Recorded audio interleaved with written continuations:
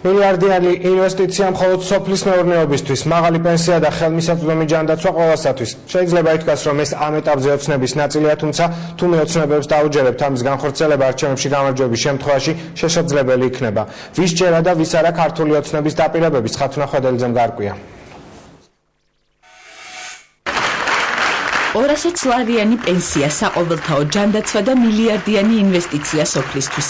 საარჩევნო კამპანიის დაწყებამდე რამდენიმე დღით ადრე ქართული ოცნება პირველ საარჩევნო დაპირებებს იძლევა. კოალიციის გეგმებზე სამეგრელოს მოსახლეობას თავისუფალი დემოკრატების ლიდერი ირაკლი ალასანია ესაუბრა.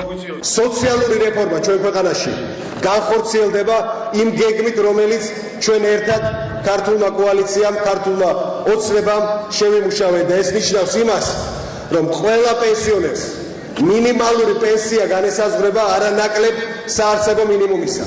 ეს ნიშნავს იმას, რომ დღესვე ის რეფორმა რომ განხორციელდეს, დღეს პენსიონერს არანაკლებ 220 ლარისა ექნება. მოსახლეობისთვის ოცნებების ასრულებას ბიძინა ივანიშვილის გუნდი ეტაპობრივად ბიუჯეტის ხარჯვის პრიორიტეტების შეცვლით აპირებს. კოალიციაში აცხადებენ, რომ ქვეყანაში საარსებო მინიმუმი არა 157 ლარი, არამედ 220 ლარია და პენსიაც მას უნდა უტოლდებოდეს. პენსიების გაზრდასა და საყოველთაო ჯანდაცვის აუცილებლობასთან ერთად თავისუფალი დემოკრატების ლიდერი სამეგრელოს მოსახლეობას სოფლის მეურნეობის განვითარებასაც დაპირდა. ირაკლი ალასანიას თქმით, ქართული ოცნების ხელისუფლებაში მოსვლის შემდეგ სოფლის მეურნეობაში მილიარდიანი ინვესტიცია ჩაიდება, რათა გლეხებს ინდივიდუალური სესხის დაბალი პროცენტით აღების საშუალება ჰქონდეთ. როდესაც მილიარდიანი ინვესტიცია ჩაიდება სოფლის მეურნეობაში, ჩვენ ძალიან მალე გლეხს გავმართავთ წელში და ამითი დასაქმების, დაუსაქმებლობის და უმუშევრობის დიდ პრობლემას მოვაგვარებთ რეგიონებში. მართლ გუნდში ვარაუდობენ, რომ წინა საარჩევნო პერიოდში მსგავსი განცხადებები ბევრი იქნება. ქართული ოცნების დაპირებებს პოპულისტურს უწოდებენ და მათ განხორციელებას საეჭვოდ მიიჩნევენ. ამბობენ, რომ ხელისუფლების პოლიტიკა 2003 წლიდან პენსიების ზრდაზეა ორიენტირებული, ოღონდ შესაძლებლობების ფარგლებში.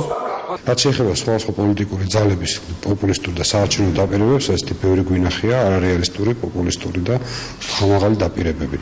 საქართველოს მსახურება არ არის თამაში მაშრამდენი, რომ რაც შეიძლება მეტი ციფრი ვთქვათ. ნაციონალურ მოძრაობას არადოს არ ქონია პოლიტიკური ნება, რომ სოფლს დახმარებოდა. შემიძლია გითხრათ, არის თუ არა გაკეთებადი? რა თქმა უნდა გაკეთებადია. ნაკლები ხარჯები თავდაცვას და მეტი ხარჯი ჩვენს აგრარულ სექტორს. ბიუჯეტში სერიოზული გადახედვა საჭირო პრიორიტეტების ახლებურად დასახვა და რატომაც არ შეიძლება ეს გაკეთებადი. ეკონომიკური პროგრამის როგორც დოკუმენტის გამოქვეყნებამდე ექსპერტებს ქართული ოცნების დაპირებების დეტალური ანალიზი უჭირთ, თუმცა ლადო პაპავა დარწმუნებულია, რომ კოალიცია დაპირებების დასაბუთებულ დოკუმენტს წარმოადგენს. ეკონომიკის ექსპერტი განმარტავს, რომ სოფლის მეურნეობის სუბსიდირება მსოფლიოში აპრობირებული პრაქტიკაა და ხელისუფლების კეთილინების შემთხვევაში, როგორც მისი განხორციელება, ასევე პენსიების საარსებო მინიმუმამდე გაზრდა დღესაც შესაძლებელია. პირველ რიგში გადასახედი არის ქვეყანაში მეთოდოლოგია, რითაც უნდა იყოს გათვლილი საარსებო მინიმუმი. ხოლო შემდეგ ორიენტაცია არა 220 ლარი, არამედ ის, რომ საარსებო მინიმუმზე ნაკლები არ უნდა იყოს პენსია, არ უნდა იყოს დახმარება. ეს რა თქმა უნდა სერიოზული თანხებია, მაგრამ ეს უნდა გაკეთდეს ეტაპობრივად, ეს გაკეთებადია. ლადო პაპავა იხსენებს, რომ თავის დროზე პენსიების საარსებო მინიმუმამდე გაზრდის ინიციატივა ზურაბ ჟვანიას ჰქონდა, თუმცა ვარდების რევოლუციით მოსულმა ხელისუფლებამ დაპირება რამდენიმე თვეში დაივიწყა. აღმშენებლობა